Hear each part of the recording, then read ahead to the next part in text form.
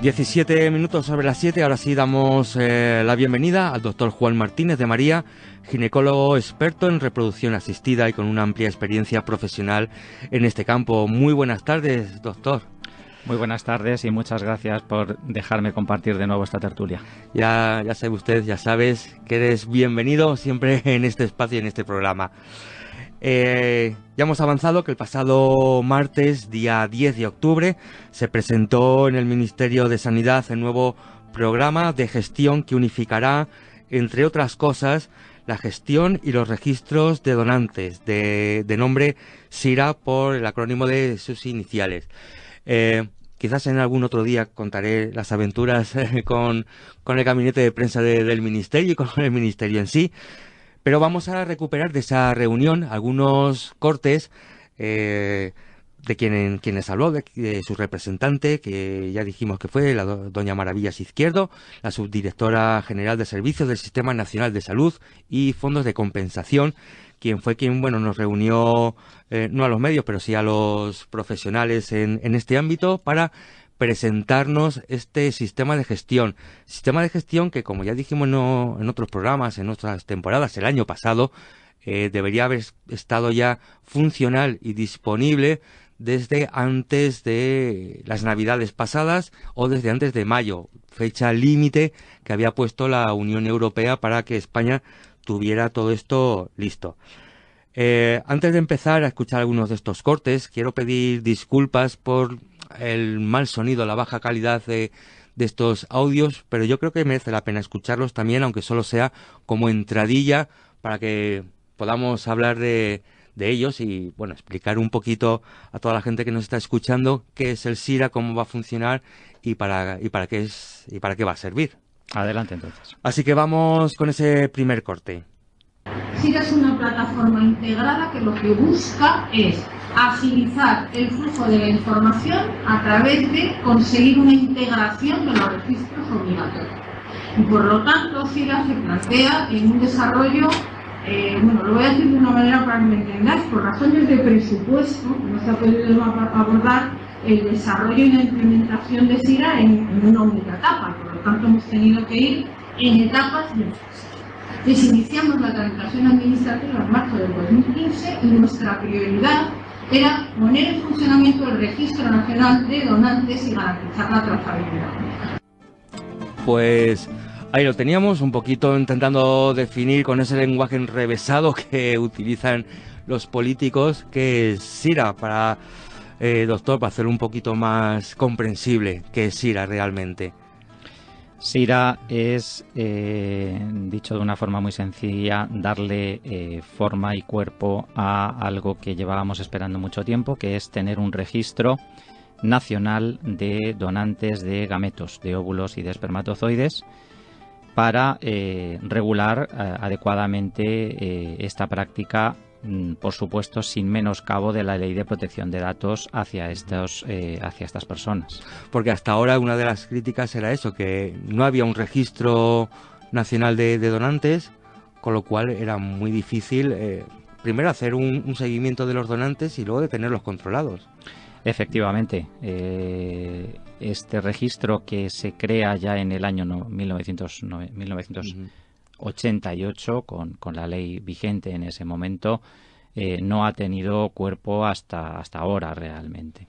Y durante todos estos años pues hemos sufrido, y tanto los pacientes los primeros y nosotros también, de ese vacío y de esa falta de control sobre las donaciones de tanto de espermatozoides como de óvulos. Vamos a seguir escuchando, vamos a escuchar un segundo corte también que nos intentan explicar un poquito qué es SIRA. Por lo tanto, ¿qué es SIRA? Pues toda la herramienta del Sistema Nacional de Biovigilance. Teníamos todos los elementos con un diferente grado de cobertura, pero los teníamos que integrar en una arquitectura conjunta en una única plataforma. Y eso es nuestra pretensión.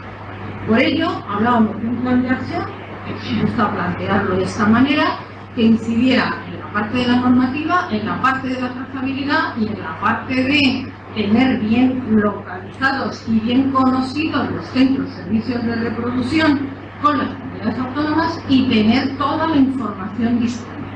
Y eso es un poco lo que pretende ser, en una arquitectura integrada, albergar los 3 registros. Bueno. O sea que realmente eso lo que se pretende es de una vez unificar un poco el trabajo de todos los centros. Que haya también comunicación entre todos los profesionales. Efectivamente, tiene que haber un registro único que permita que todos los centros conozcan lo que están haciendo, no solo los que tengan en su inmediata vecindad, sino en cualquier punto de la geografía española. Y por otro lado, un apunte muy importante que viene de una normativa europea muy reciente, y es asegurar correctamente la trazabilidad y el adecuado identificación, almacenamiento de todo este material biológico. Porque aunque más adelante también lo comenta ella y dice un poquito los plazos que ha habido, pero sí es cierto que ya en la primera ley de reproducción asistida del 88, ya la ley indicaba la necesidad de crear este registro. Y la ley de 2006 ya no solamente decía que era conveniente tenerlo, sino que había que tenerlo. Sin embargo, a mí lo que me llama la atención es que hasta que no nos lo ha exigido Europa, no se han puesto las manos a la obra. Todo hace pensar que ha sido así, y efectivamente, en la ley del año 1988 es cuando por primera vez se regula la creación y la organización de este registro. Es que va a hacer 30 años. Efectivamente, de hecho es en el año 96, es decir, tienen que pasar aún 8 años para que, a través de un Real Decreto que actualmente ha sido derogado por el actual del año 2014, se crea efectivamente ese registro como tal. Lo que ocurre es que esa creación fue simplemente una creación sobre el papel, es decir, que luego se desarrollaron las normas de funcionamiento y, como ha dicho la compañera del Ministerio, hasta el año 2015 realmente no se han sentado a articularlo y a ejecutarlo, que es realmente lo que necesitábamos. Claro, pero fue en el 2015 precisamente por eso, porque Europa ya nos dio ese toque diciendo, ojito, efectivamente, que si no va a haber que tomar medidas. Efectivamente, la normativa que Europa nos pasa, porque realmente no es una imposición, sino simplemente pues una necesidad de que dentro de la libre circulación de ciudadanos por la Comunidad Europea exige que en lo relativo a las donaciones de gametos exista una regulación muy, muy, muy fina, y que España especialmente, que goza de una de las legislaciones más abiertas en términos de donación y de técnicas de reproducción asistida, pues lógicamente tenía que estar totalmente informada y totalmente puesta en este sentido. De hecho, más o menos el objetivo que también nos transmitía y el que nos encontramos en este tercer corte. El objetivo no es ni más ni menos que mejorar la calidad y la seguridad de las técnicas y poder dar la información lo más transparente posible y lo más adecuada posible para los usuarios. Habla también en estos objetivos de ese sistema de biovigilancia. ¿A qué se refiere? Bueno, sabemos que en nuestros centros de trabajo recibimos desde hace 2-3 años un documento sobre biovigilancia en el que tenemos que reportar los problemas que hemos tenido, pero ¿qué es exactamente esa biovigilancia que pretende el gobierno? Tiene varias vertientes. Por un lado, la correcta identificación de las muestras a través de unos sistemas de etiquetado que permitan, por un lado, preservar el anonimato, que en España es obligatoria. Y por otro lado, tenemos también, a través de los estudios que se les realizan a los donantes, tanto desde el punto de vista estudios de enfermedades infecciosas como de enfermedades genéticas transmisibles, poder disponer de una información que, como digo, sin menoscabo de esa ley de protección de datos y de ese anonimato de los donantes, permita a cualquier centro, no solo en España, sino de la Unión Europea, acceder a esa información cuando ese donante vaya a ser utilizados sus gametos para un tratamiento de reproducción asistida. También, bueno, nos comentaban que serán también los propios donantes quienes se tendrán que hacer responsables de alguna forma de su, ¿cómo lo explico?, de su propia trazabilidad y de su propia trayectoria. Quiere decir, luego veremos también quién tiene acceso a conocer y qué tipo de datos de esta plataforma, pero los propios donantes van también a tener acceso a a sus datos. Evidentemente, como pacientes que son, ellos van a tener el pleno derecho de acceder a sus datos, siempre y cuando no sean los datos identificativos de las personas o de las mujeres, parejas que vayan a recibir sus gametos, porque el anonimato tiene esa bidireccionalidad. Pero como pacientes, evidentemente, ellos tienen pleno derecho a conocer la información acerca de su historia clínica y acerca de su material biológico. O sea, que el resumen sería que vamos a tener todos nuestros donantes mucho más controlados. Los vamos a tener, ese es el objetivo. Los vamos a tener mucho más controlados y vamos a tener mucho más controlado todo lo relacionado a los nacimientos derivados de las donaciones. Que en este tema, lo estábamos comentando también antes de empezar el programa, fuera de micro, sabemos que por ley, aquí en España por lo menos, un donante no puede tener más de 6 niños nacidos vivos con sus gametos. Bueno, primero quería preguntarte, ¿crees que es el número adecuado? Porque hay un debate muy grande sobre eso. Hay quien dice que estamos bien, hay quien dice que es un número obsoleto, que hay que cambiarlo. A ver, esa pregunta, si me permites, la voy a contestar con otra, y es ese número de 6, ¿cómo se ha llegado hasta él?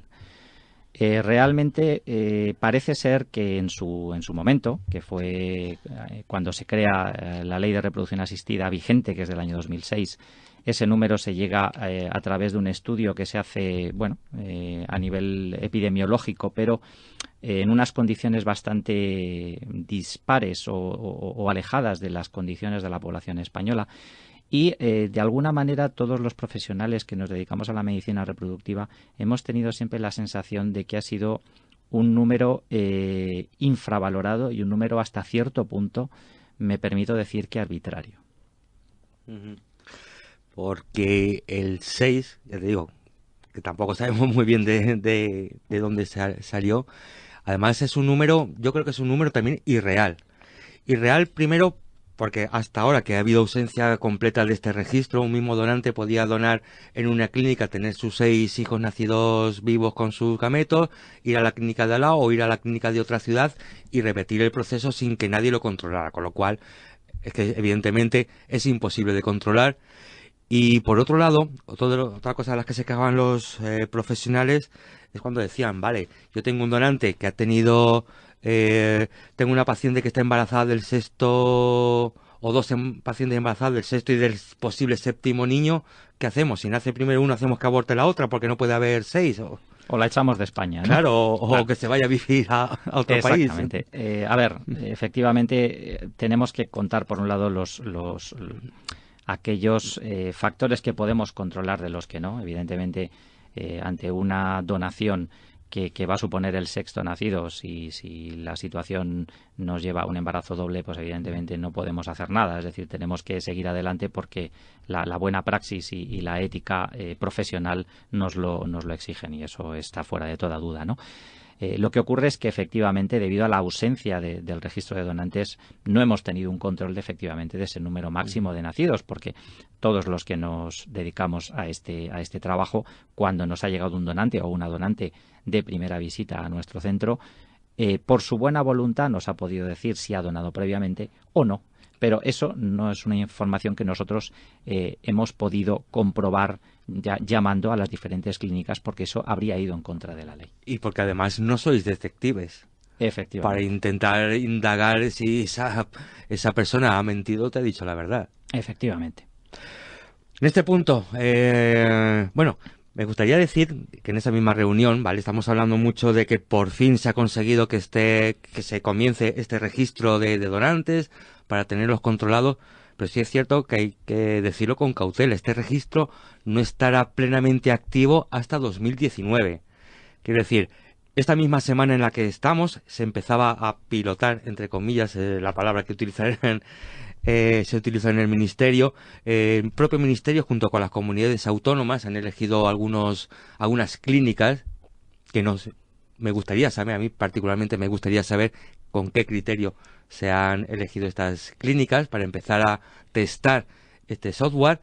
Se estará testando desde esta semana durante todo lo que queda de año y durante todo el 2018, y no se pondrá en práctica realmente, en funcionamiento, hasta el 2019. O sea que todavía nos queda mucho tiempo por delante.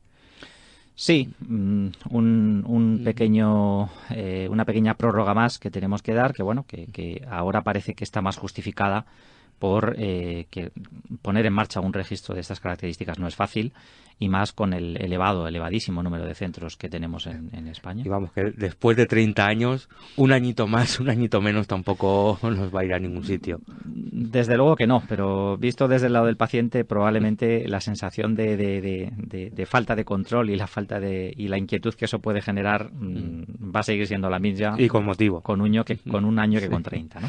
Vamos a hacer una pequeña pausa, vamos a escuchar un poquito de música también y continuamos.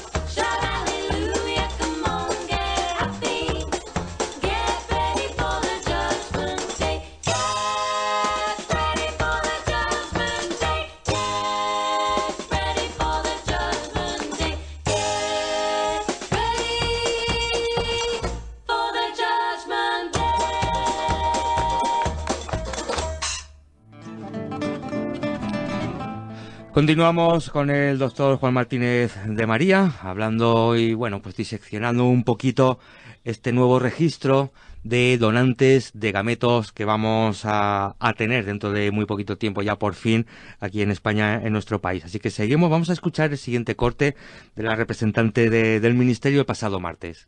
La ley del 2006 plantea la necesidad de los 3 registros que estaban funcionando unos parcialmente, otros no. Teníamos el registro de centros porque lo teníamos en RECCE, teníamos el registro de actividades y resultados porque contábamos con vuestro, si me permitís llamarlo, clásico registro SEP, y contábamos también lo que no teníamos, y teníamos la información de los donantes y de las donaciones que la teníais en los centros.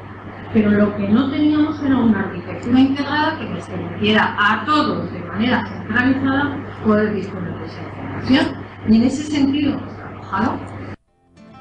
Pues aquí lo vemos nuevamente. Ella misma reconoce que desde el 2006 el propio gobierno ya hizo que fuera obligatorio, ¿vale? Por eso yo casi le corregiría y le diría que es más anterior, que es desde la primera ley del 88 cuando ya se propone.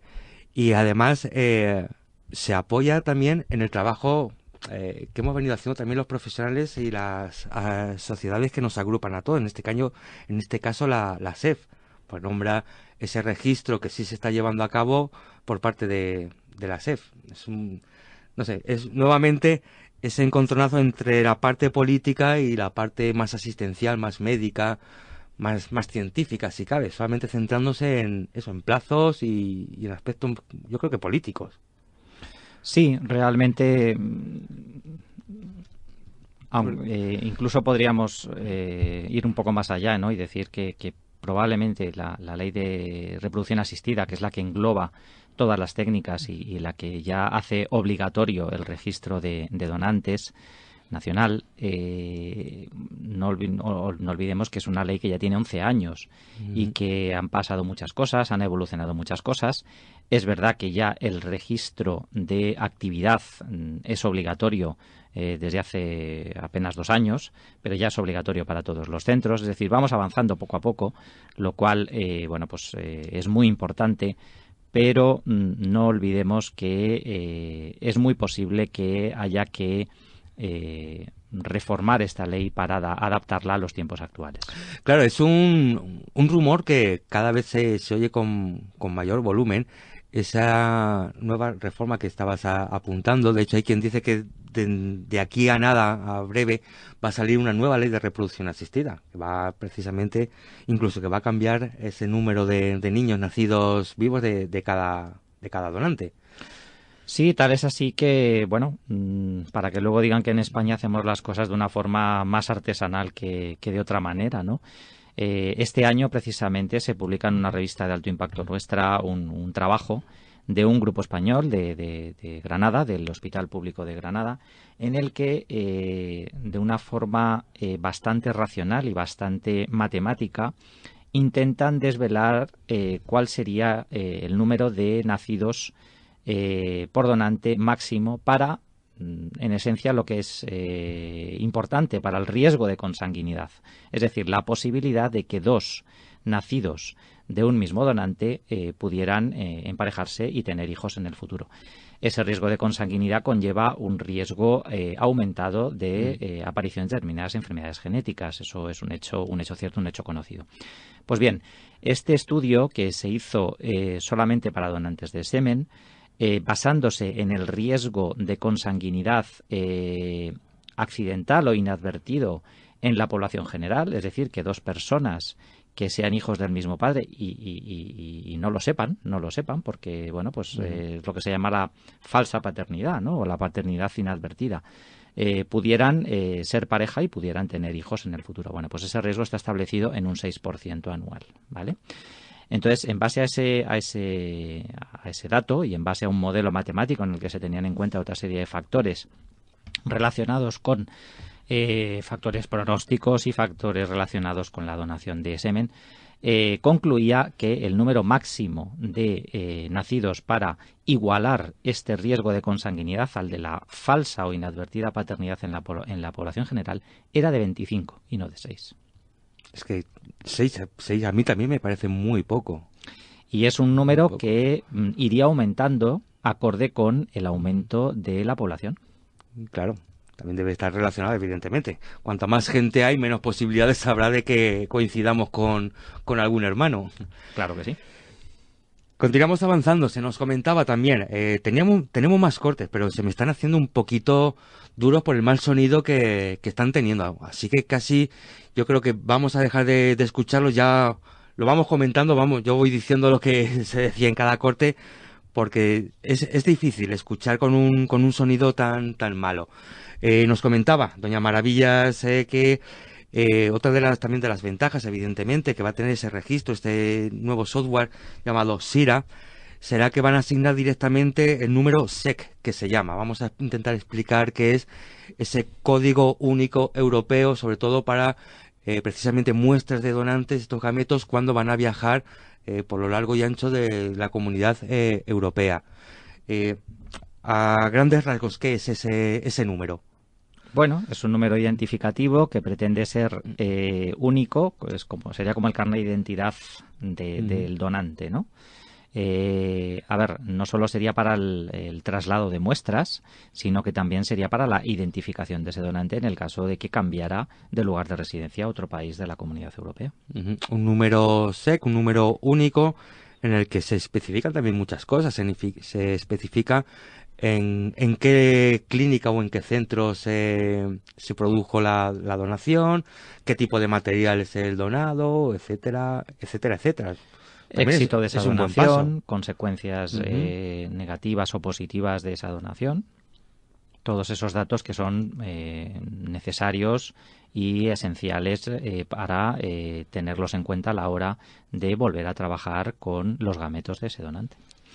Y por lo menos algo que nos va a quitar un poquito de trabajo también a los profesionales en las clínicas, ese número que a día de hoy se hace a pedal prácticamente, lo va a hacer de forma automática este nuevo software que se va a poner en marcha. Un software que, como hemos dicho, entrará en funcionamiento real y pleno en 2019, que desde este mismo lunes, desde antes de ayer, está en fase de pruebas. ¿Y hará falta muchos cambios, doctor? Pienso que no. Hoy en día, con la informatización y con la globalización de los centros, no se me antoja que vaya a ser excesivamente difícil. Otra cosa distinta es la limitación en la disponibilidad de los donantes que vamos a tener. Como decíamos antes, durante todo este tiempo, nosotros, todos los centros, hemos trabajado con donantes y les hemos dado de baja en cuanto en nuestro centro, y si teníamos información de alguna donación previa en otro, se cumplía ese máximo de 6. Pero claro, no podemos olvidar y es muy probable que algún donante pues haya generado más de 6 nacimientos. Vamos, yo estoy completamente seguro.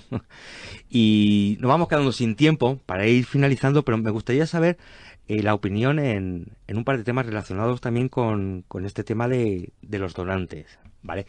Se está hablando con los avances genéticos que hay, se está hablando mucho últimamente de que de aquí a nada va a ser muy fácil poder localizar a tu donante si eres nacido de una donación de gametos, tanto masculino como femenino. Va a ser relativamente sencillo poder localizar a tu donante, aunque sea de forma anónima. Es decir, se habla de que la reproducción asistida avanza hacia el final del anonimato de los donantes. Y el debate es si creemos que eso va a afectar al número de... Sabemos que España es líder en donaciones en todos los aspectos, también en gametos. ¿Crees que va a afectar ese final del anonimato si realmente llega en algún momento a que la gente se anime a donar o le va a dar reparo? Porque hay dos posturas. Hay quien dice que sí, que eso va a ser el final de la donación de gametos, y quien dice que no.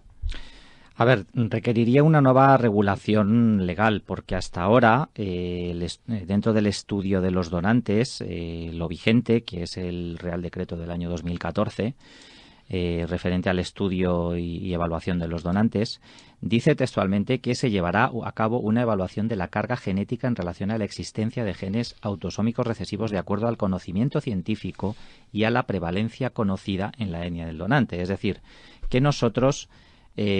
¿cómo funcionamos ahora mismo en España? Cribamos las enfermedades genéticas más frecuentes en nuestro medio y nada más. Es decir, nosotros no hacemos una genoteca ni hacemos una secuenciación completa del ADN del donante. Si eso llega a ser posible y el donante lo autoriza, porque eso requiere una autorización previa del donante, potencialmente sí que podríamos identificar el donante a través de su ADN. ¿Acabaría con el anonimato? Teóricamente podría acabar con el anonimato, pero, como digo, tendría que haber una serie de pasos intermedios que se tendrían que cumplir, aparte de una nueva reforma de la regulación legal de todo esto. De hecho, ya en los propios consentimientos informados de la propia SEF, de la Sociedad Española de Fertilidad, ya se avisa de que posiblemente en un futuro, en los documentos que deben de firmar los donantes, que posiblemente en un futuro no se pueda garantizar ese anonimato. Efectivamente. Es una forma de, bueno, lavarnos un poquito las manos también. Sí, dejar un poco ahí esa opción de que en la medicina el siempre y el nunca no existe, ¿verdad? Pues de verdad, digo yo también, muchísimas gracias, doctor Juan Martínez de María, por estar hoy también con nosotros. Sabes que eres bienvenido siempre que quieras a este espacio. Un placer, muchas gracias.